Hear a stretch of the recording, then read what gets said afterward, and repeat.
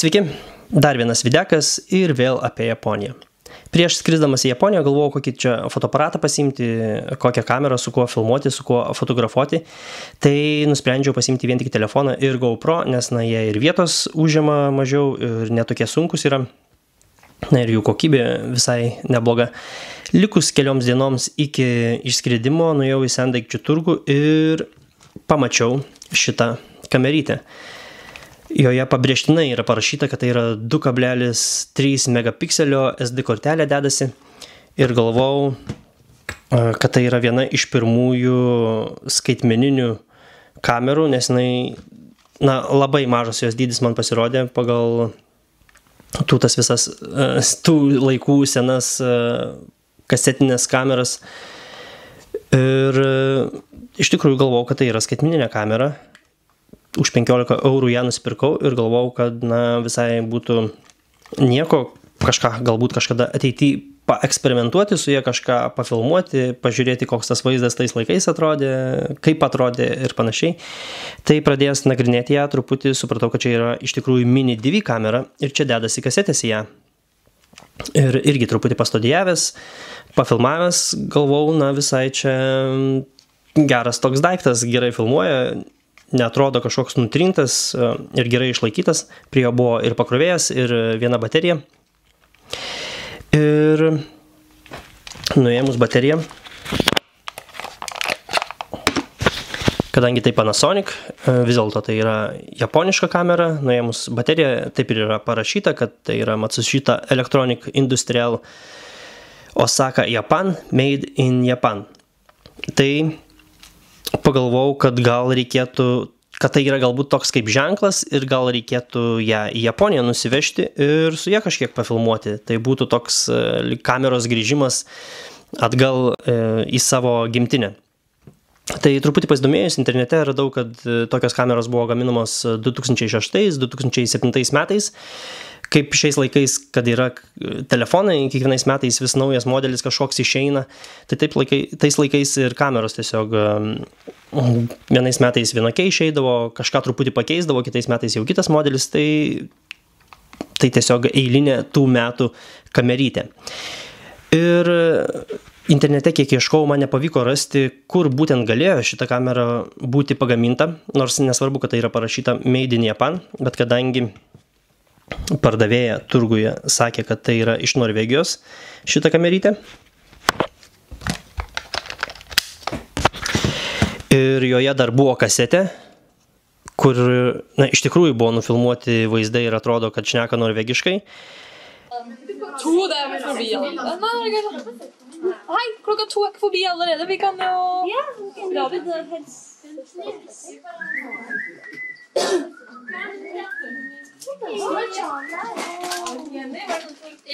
Tai reiškia, jinai galėjo būti ir Europoje pagaminta, nebūtinai Japonijoje, o gal ir Japonijoje. Tai tiesiog nėra visiškai aišku, kur galėjo būti iš tikrųjų jinai pagaminta, bet vis dėlto tikrai buvo sugalvota jos idėja, jos planai sugalvoti Panasonic būstinėje Osakoje.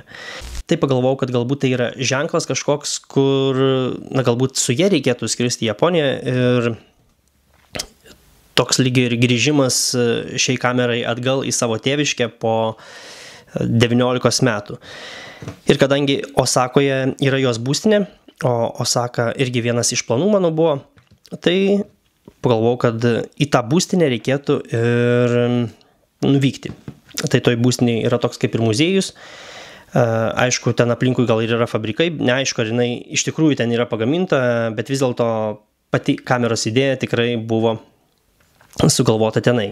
Tai šios dienos toks video ir yra grįžimas truputį atgal į Japoniją ir per šitos kameros objektyvą. Kaip tai maždaug galėtų atrodyti kelionė 2006 metais.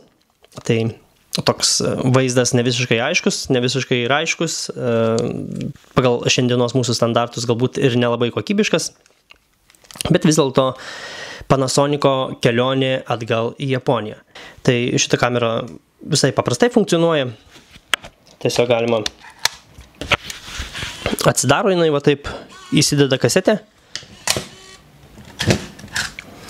Tokios mažytės mini DV kasetės dedasi.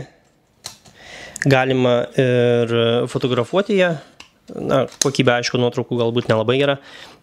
Todėl ir buvo parašyta 2,3 megapikselio, nes tai yra fotografavimo galimybės jo tokios. Ir čia dedasi micro SD kortelė, kur irgi radau ir nuotraukų keletą. 1 GB micro SD kortelė, ne micro, atsiprašau, SD kortelė tiesiog paprasta buvo įdėta 1 GB, kurioje irgi buvo ir nuotraukų. Ir beje, buvo kasetė, kurioje buvo ir vaizdo įrašas. Kažkas iš Norvegijos irgi, tai iš tikrųjų nemelavo jinai pardavėja, sakydama, kad šita kamera yra iš Norvegijos. Tai va, tai šiandienos videkas bus apie Panasonico kelionę į Japoniją. Kaip sekės šiai kamerytei nuvykti į jos gimtąją šalį prie gimtųjų namų. Na ir ten nepalikau jos, jinai grįžo atgal čia.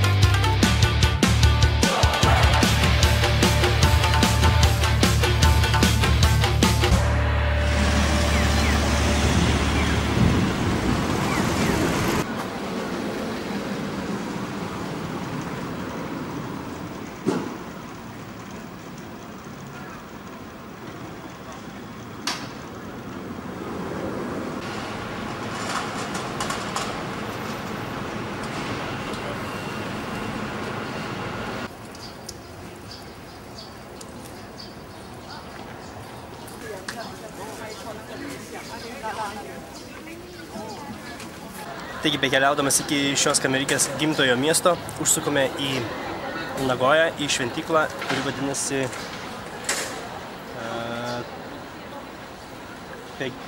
Osu Kannon Temple. Tai tiesiog Google pažymėta budistų šventykla. Osu Kannon Temple. Tai pažiūrėkime, kokias apeigas jie atlieka ir kaip jinai atrodo.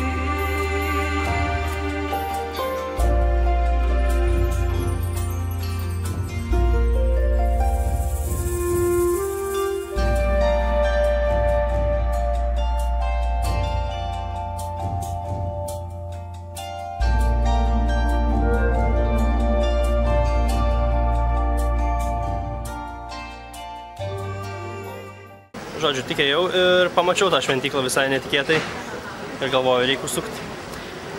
Gerai, mūsų kamerikė Panasonic toliau keliauja link Panasonic savo gimtojo miesto Osakos ir į Panasonic būstinę, nežinau, būstinė turbūt ten vadinasi. O, čia dar ir varpas yra, bet šiandien turbūt nebemuš to varpo jau.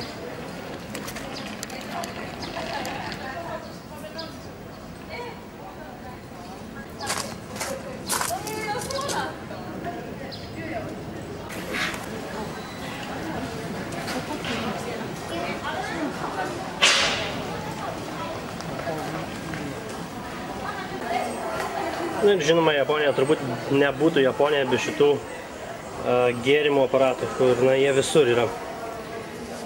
Gert tikrai nepritrūks, jeigu turi pinigų, nes tų aparatų tikrai visur pilna yra. Ir jeigu neturėsi pinigų, jo, gal ir nenusipirksi tada.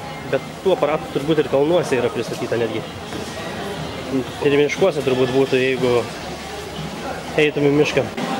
Šituose aparatuose ne tik gėrimų galima nusipirkti, bet ir cigarečių, kaip suprantu, cigaretės, bent jau panašus į cigaretės dalykai. Jo, Lucky Strike tai cigaretai tikrai yra. Tai jeigu užsimanėjai atsigert, parūkyt, alkoholio tik nemačiau, bet ledų mačiau aparatai yra, galima ir ledų, tai žodžiu gali ir parūkyt, ir atsigert, ir ledų pavalgyti. Na, žinoma, tik reikia pinigų turėti. Čia panašu bažnyčia krikščionių, katalikų ar ko, su kryžium. Jo, laidų krūva ir bažnyčia krikščioniška. Tai čia jinai ir skambina tais varpais, tai pamaldos dabar. Nuo 53 šitą bažnyčią čia įsikūrus. Na, jinai spėju tikrai ne katalikiška, protestantiška galbūt, nes pakabintas vien tik kryžius.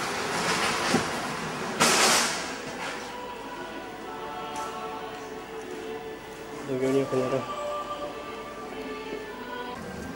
Oho, čia tai išgriovė pastatą kažkokią, arba griauna.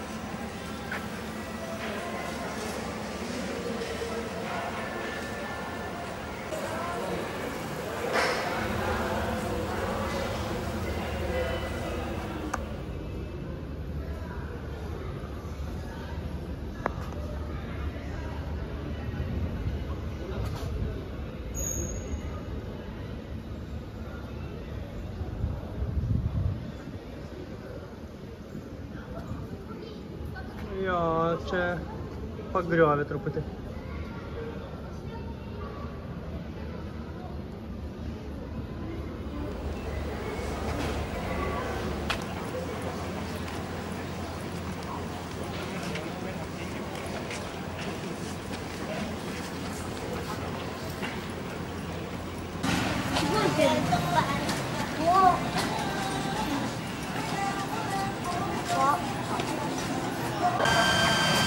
Čia yra netgi padažų automatas. Na, man jie panašus į kečupą. Tai galbūt galima įsirinkti kečupą. Na ir čia panašu, kad yra dar viena, tik jau nedidelė šventykla. Antai matau, kažkas šluojasi. Na, jinai turbūt neveikia.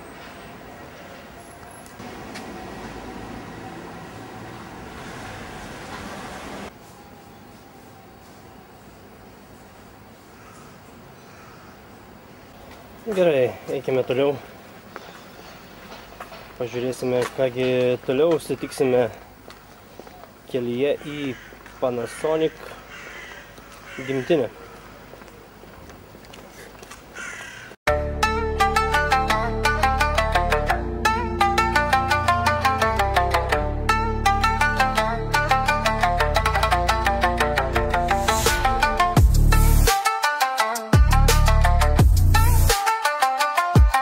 Taigi Nagojoje pasirodo irgi yra Panasonic, nežinau, arba reklama, arba čia centras, kadangi virš kažkokio pastato yra. Tai greičiausiai čia yra koks nors ofisas Panasonic, nes miesto centre.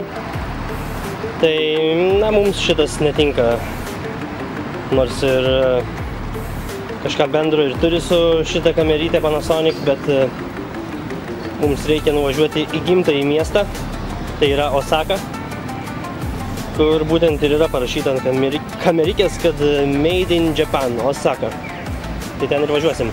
O tuo tarpu Nagojoje eikime į Nagojos pilį. Iki Nagojos pilies nueikime ir pasižiūrėkime, kaip atrodo Nagojos pilis. Panašu, kad čia valo langus. Jis va prižiūri, o ten aukštai pasilipęs ant to dangoraižio žmogus valo langus.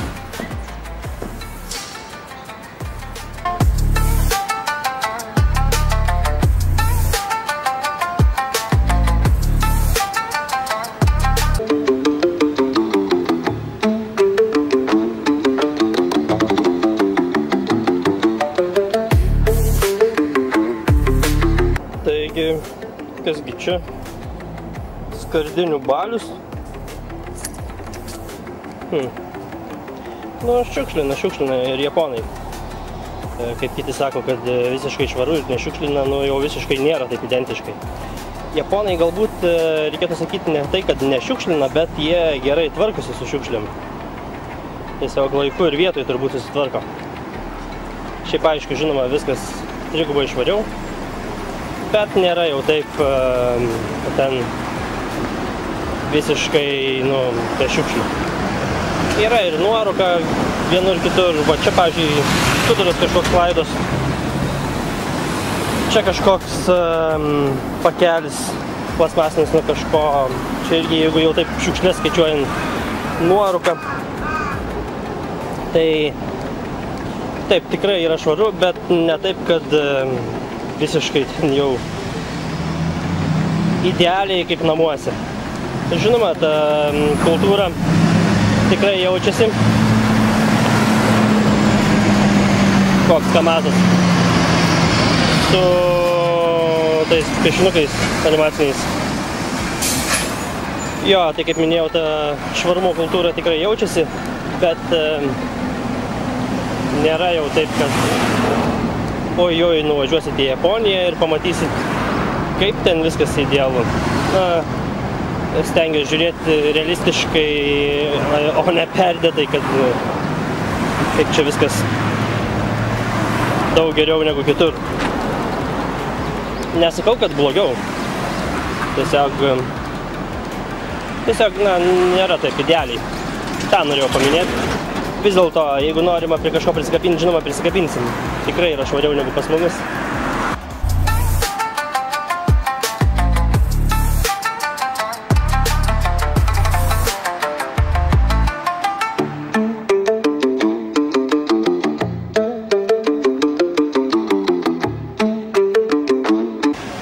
Čia panašu į policiją gal, nes raudonai švitrėliais būna greitoji policija. Gaisrinė būtų su raudona mašina. Na va, štai ir priėjom fontaną, už kurio yra Nagojos pilis. Tvora iš bambukų padaryta, tik suveržta nesenoviškai, su viela arba su laidu. Kažkas tokio. Ir čia yra Nagojos pilis, arba bent jau kas iš jos liko. Akmenai. Na, čia kažkas yra buvę. Bet šiaip Nagojos pilis yra ten toliau. Tai jau apsilankysime mes joje. Bet yra parašyta ir Nagojos griuvėsiai, pilies griuvėsiai. Tai turbūt yra buvusi senoji pilis ir naujesnė ar atstatyta pilis. Taigi pasidarom tokią trumpą ekskursiją į pilį. Netgi prie istorinių vietų yra istoriniai, o gal ir nelabai anime personažai. Čia galima su jais kažką daryti. Bent jau ten parašyta touch. Taigi ir čia reikės turbūt pirkti bilietėlį. Pažiūrėsim, kiek bilietukas kainuos. Nu, kitaip neina čia ta kamera, taip dreba, neturi tokio stabilizatoriaus gero. Turi jinai stabilizatorių, bet nu, nelabai jis ten kažkaip veikia. Vis dėlto 2006 metų technologija, 19 metų senumo, tai... Oho, į sveikatą. Taigi, bilietas kainuos mums 500 jenų, tai yra 3 eurai į pilį. Ir priima tik grinais. Ok. Štaip, šita pilis atrodė 1879 metais. O šiandieną, kaip atrodo, pamatysim. Taip, turbūt.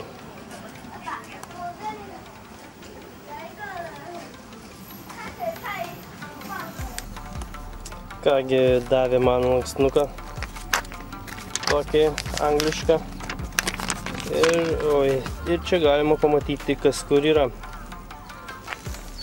Bet turbūt juo nesivadovausiu. Ir čia turbūt reikėtų uždėti muzikėlę.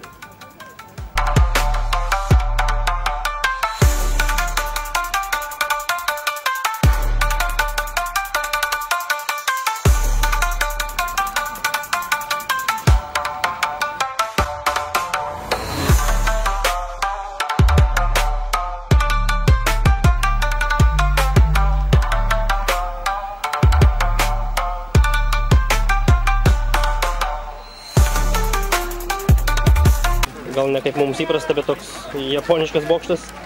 Ir kitoj pusėje ten matosi irgi baltuoja labai panašus bent jau bokštas. Kągi, einam pro šiuos vartus į pilies teritoriją. Kur pasirodo jie ne pagrindiniai vartai, o ten matau dar yra mediniai vartai. Čia turbūt gynybiniai vartai buvo. O šičia... Ne, čia ne vartai. Galvojau, kad vartai. Čia šventyklą panašu. O, čia samurajus. Galvojau, jie išnyko.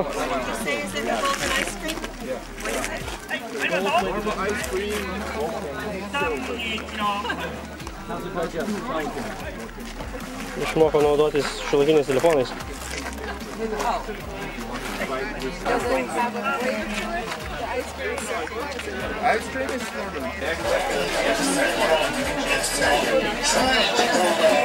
Visas taisyklės jinai pasako ir parodo, kad negalima valgyti, negalima fotografuoti su blykste, kalbėti telefonu, greičiausiai ir garsiai kalbėti negalima, liesti nieko negalima.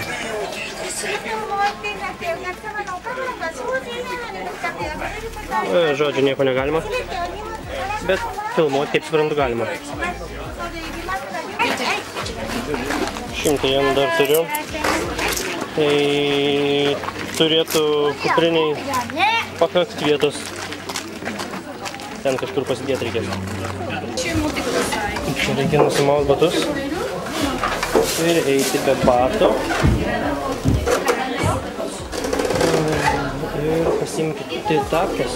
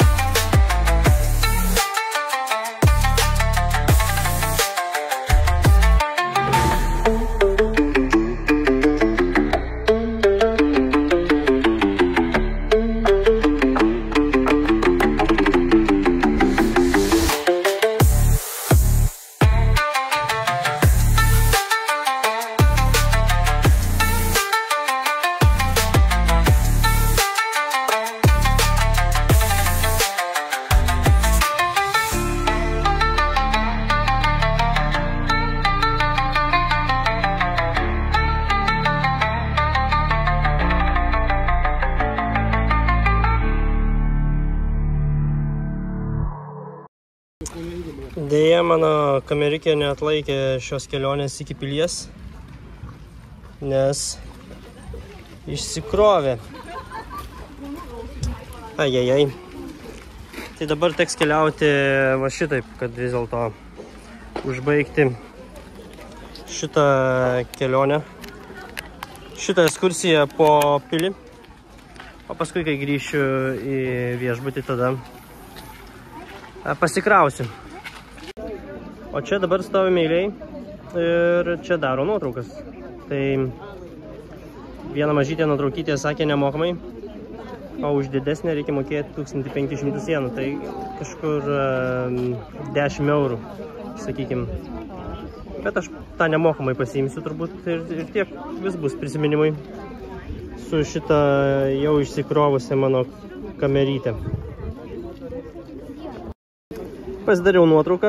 Na, aišku, tokią mažytę jie davė nemokamai, arba reikėjo 10 eurų už didesnę, bet, na, aišku, ta mažytė, kadangi nemokamai, tai jinai tokia, na, ne visiškai kokybiška, bet tiek to. Tai einam arčiau pilies, pažiūrėsim, kaip čia jinai atrodo.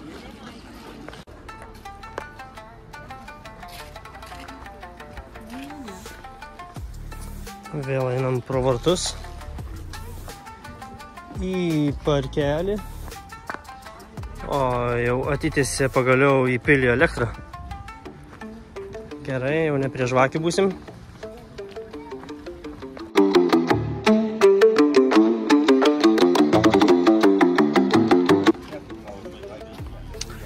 Ir čia griuvėsiai.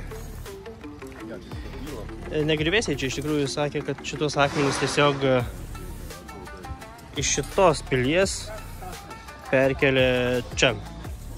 Ir padarė tokį originalių pilies akmenų kažką, parkelį.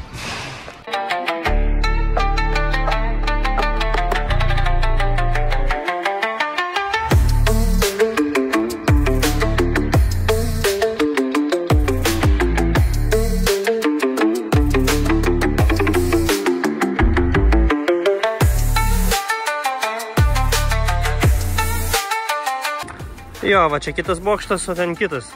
Bet į pilį taip ir neįleido. Prie pilies aplinkui pavaikščiau. Ir ekskursija po pilį yra iš tikrųjų ekskursija ne į pilį, o ekskursija aplink pilį. Truputį neįdomu, kad taip neįleido į vidų. Didžiausias įvykis, kas buvo šioje, ne šioje, o prie šios pilies, tai ta mažytė nuotraukytė, kurią padarėm. Na, turbūt daugiausiai jie iš jos ir uždirbo po 10 eurų. Vienas, jeigu nori turėti didesnę nuotrauką. Jo, tai einam kitur. Ir gal jau pavyks pasikrauti mūsų Panasoniką. Ir vėl grįšim į senas vėžes. Tikrai tą žodžio prasme, į senų metų vėžes.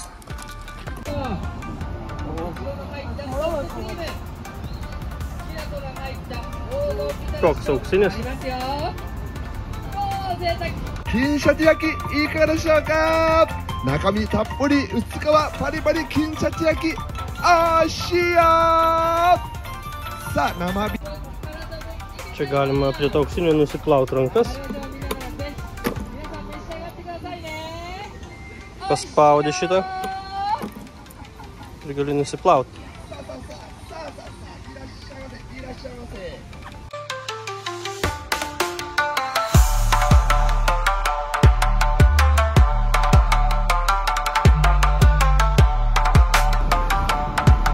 Jis čia susitinka nemažai savo giminaičių, nors jis turbūt yra šitiem kaip ir prosenelis. O gal senelis, kažkas tokio. Tai Panasonic susitiko Panasonic. Aišku, kaip šventykla, taip ir balandžių yra. Matyt, jiem patinka šventyklos.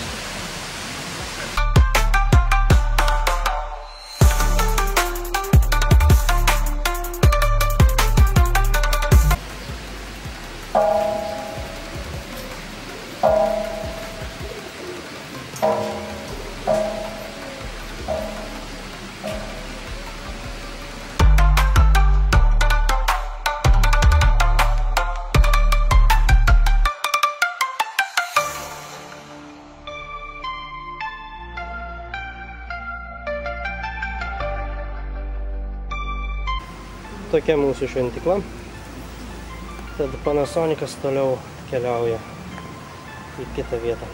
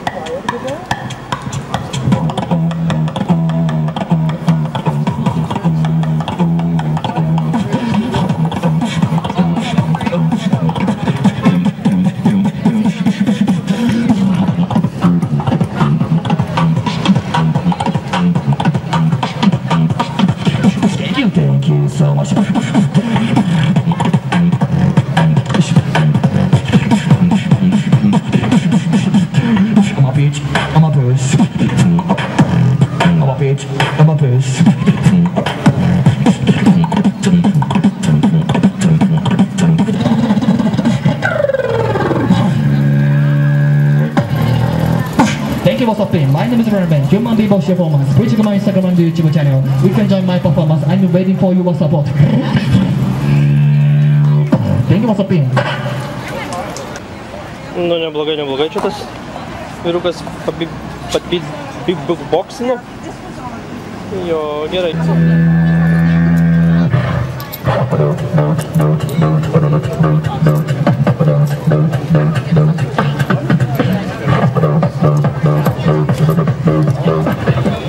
Kanji style, katakana style, please, cheese. Kanji please? No, Kanji style, please. Nu, Kiote vyksta kažkoks naktinis gyvenimas. Ten vienas beatboxina, o kitas šalia yra, jis rašo japonišką kaligrafiją, gali tavo vardą užrašyti. Tai kaina priklauso nuo kiek tu paaukosi. Tai va, tai tokio naktinio gyvenimo bent jau nepastebėjau tose vietose, kur buvau. Bet čia pamiršau miestą, kur esu. Bet čia Kiote, tai yra toks gatvės kažkoks veiksmas truputį.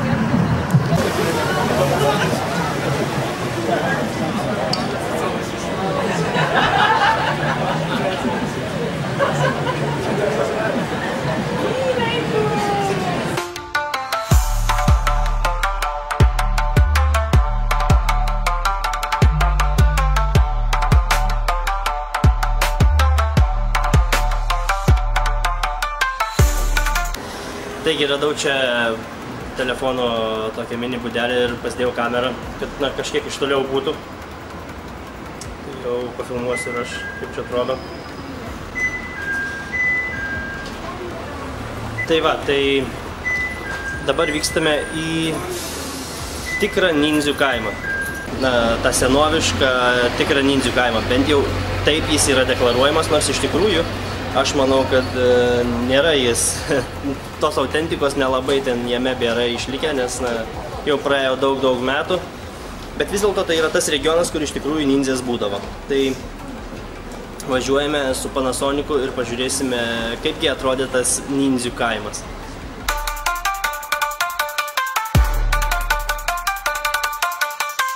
Nuo šitos stoties, kur išlipau, iki to kaimo yra apie 3 kilometrai eiti peškom, arba taksi gali kviesti, ko aš iš tikrųjų nenoriu, nes tai brangu.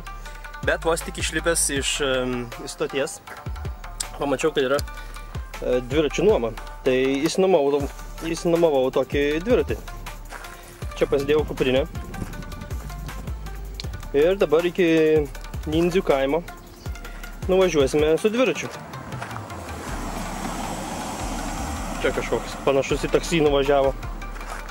Tai va, Panasonicas pabus ir su dviračiu. Čia grinai pro kaimą reikia važiuoti. Iki kaimo pro kaimą, bet kokį paukštį pamačiau. Čia gal gervė?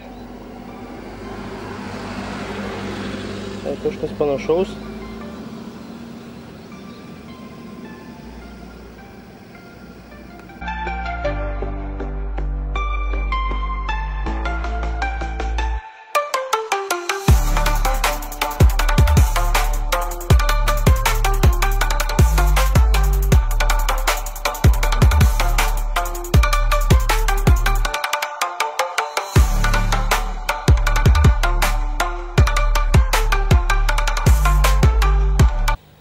Trumpam sustojame, nes čia lygtais japoniškos kapinės, bent jau panašu į jas kažkas tokio, kur čia įėjimas.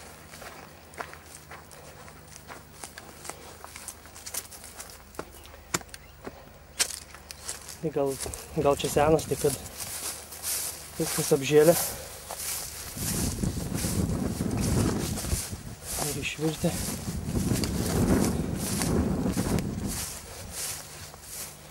Yra dar truputį užrašų išlikusių.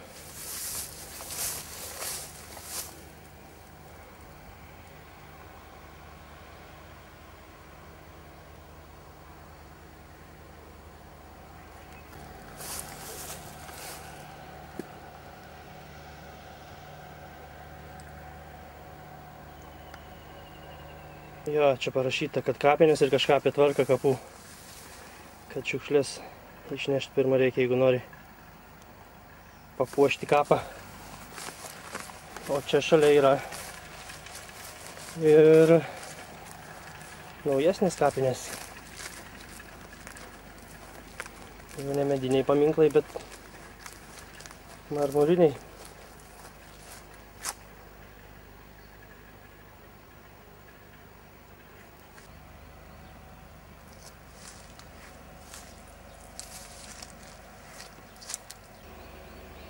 Tokie nedideli kapukai.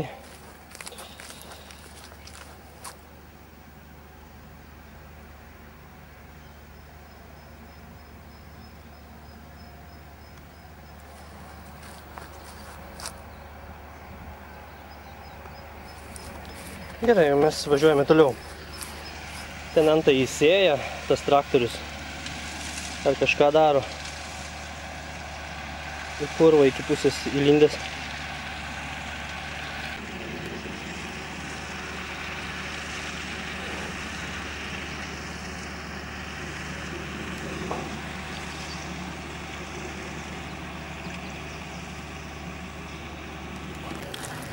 Na, šita kamera be stabilizatoriaus, tai nelabai jinai tik iš toli, jeigu filmuoji, tai normaliai, bet jeigu pritrauki, tai vaizdas visas dreba. Tai bus kaip tikrais 2006 metais. O mes su Panasonicu ir mūsų naujuoju draugu dviračiu važiuojam toliau iki Nindzių kaimo.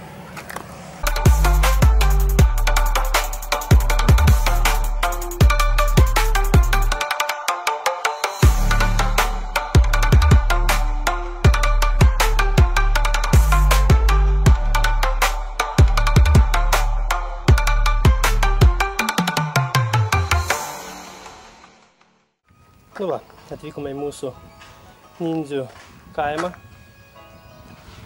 Muzika jau iškart groja nindziška.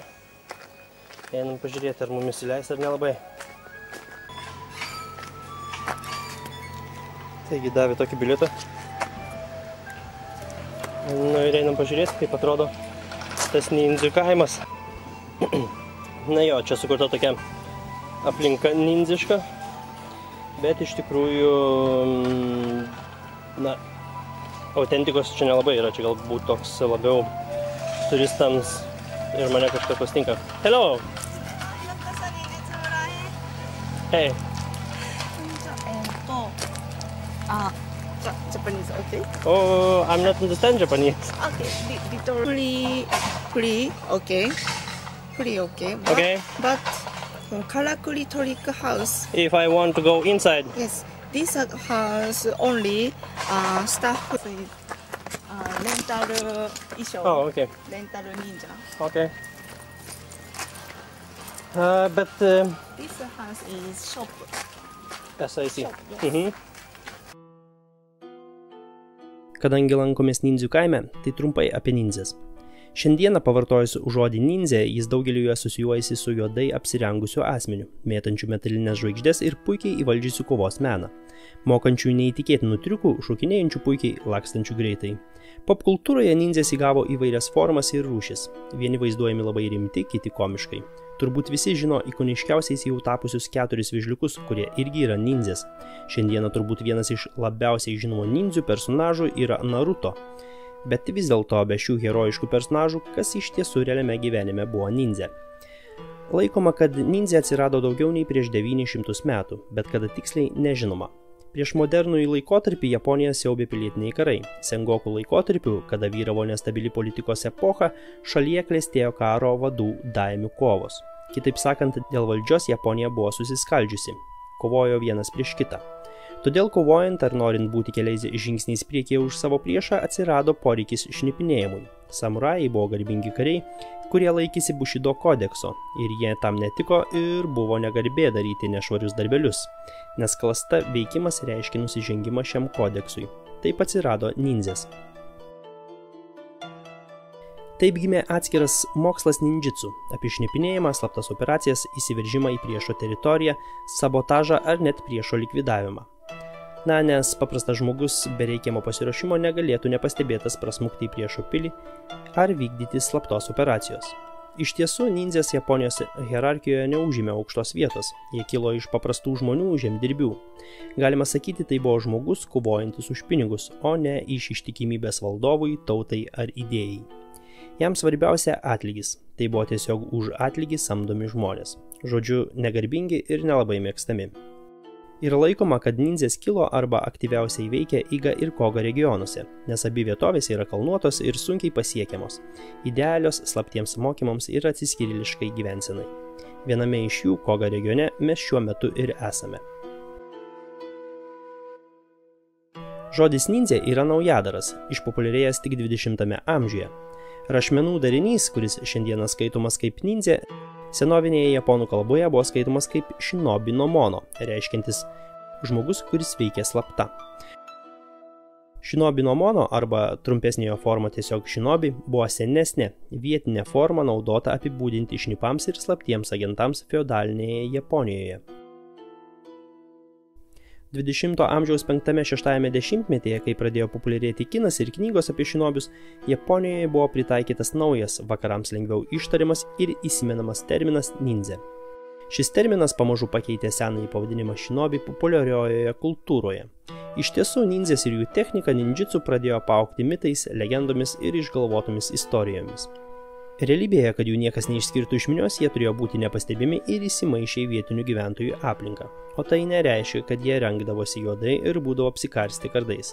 Vienas iš pavyzdžių gali būti komuso. Tai yra klajojantis vienuoliai, kurie priklausė Fuke Shu sektai, kuri egzistavo maždaug 16-19 amžiuje.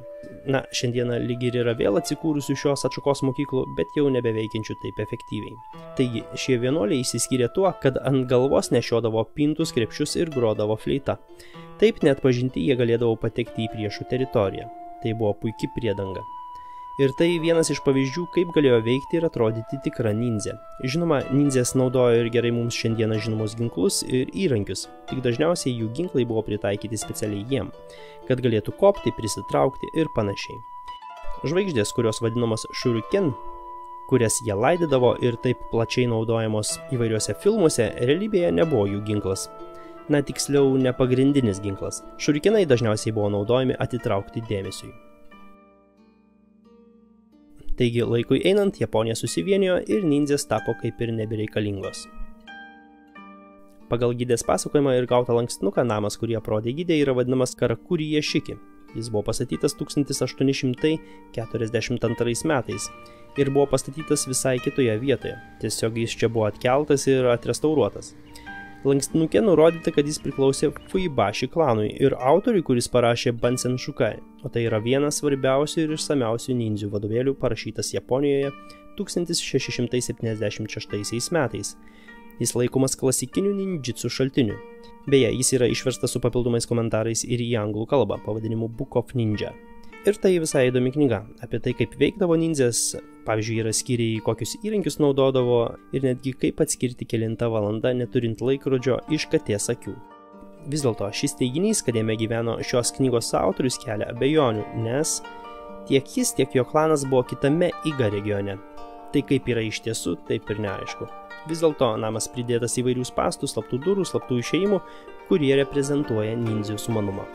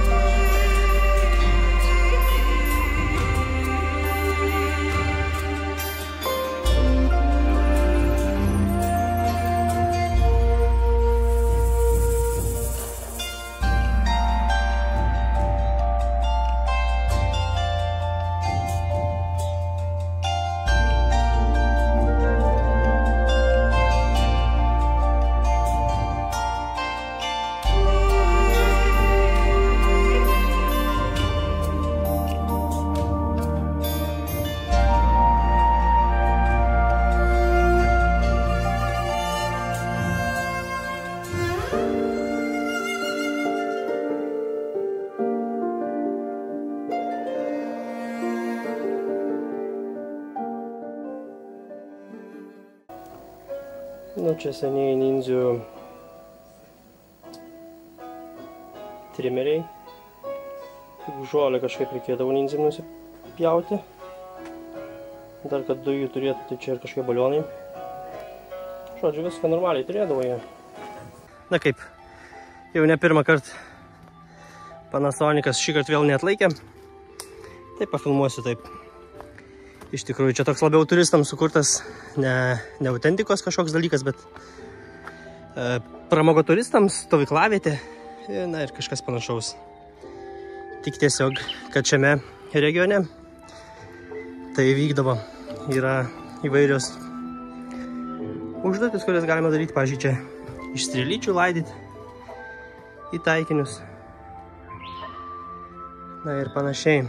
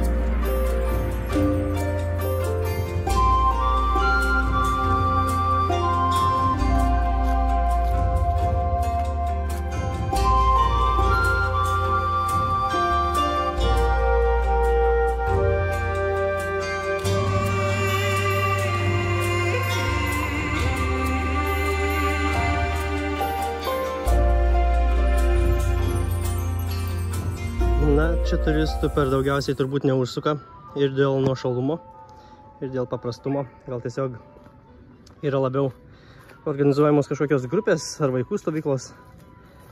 Nes pakol kas, man atrodo, aš šiandien vienas čia esu. Na, nindzės turėjo ir gan šiuolaikišką tokį tualetą. Netgi elektra buvo įvesta.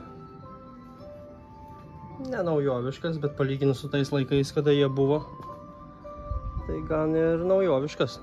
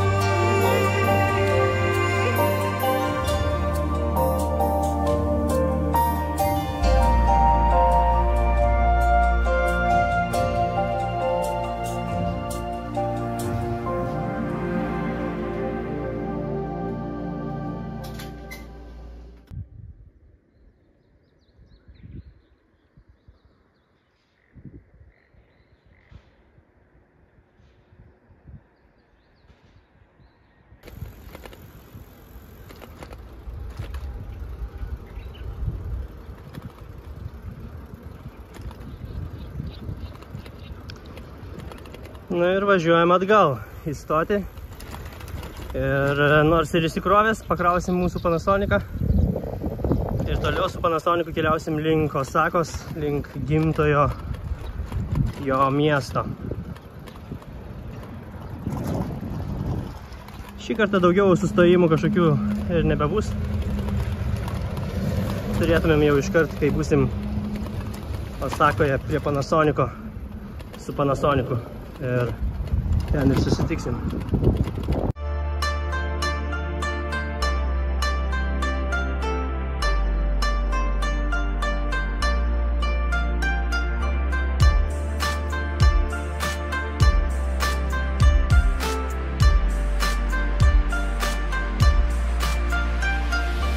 How are you? Hi. Listen, instructions. Yeah. Listen. Wow, it's great.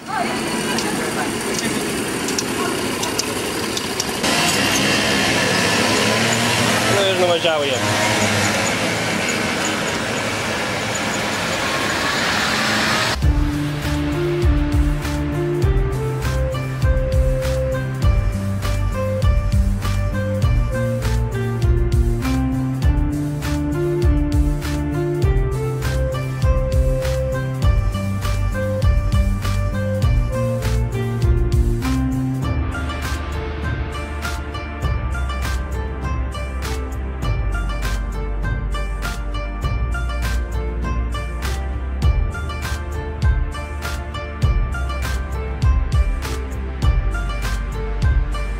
Ir štai čia yra statula Panasonic kompanijos įkūrėjai.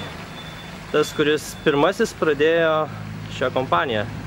Panasonic iš pradžių nesivadino Panasonic, vadinosi šio žmogaus pavardės, su pavardė susieja pavadinimas buvo Masushita Electronic, nes jo pavardė Masushita, o paskui pavadinimas buvo pakeistas į Panasonic. Mūsų Panasonicas kaip ir pasiekė savo tikslą ir atvyko į savo gimtinę, kur ir gimė jo idėja.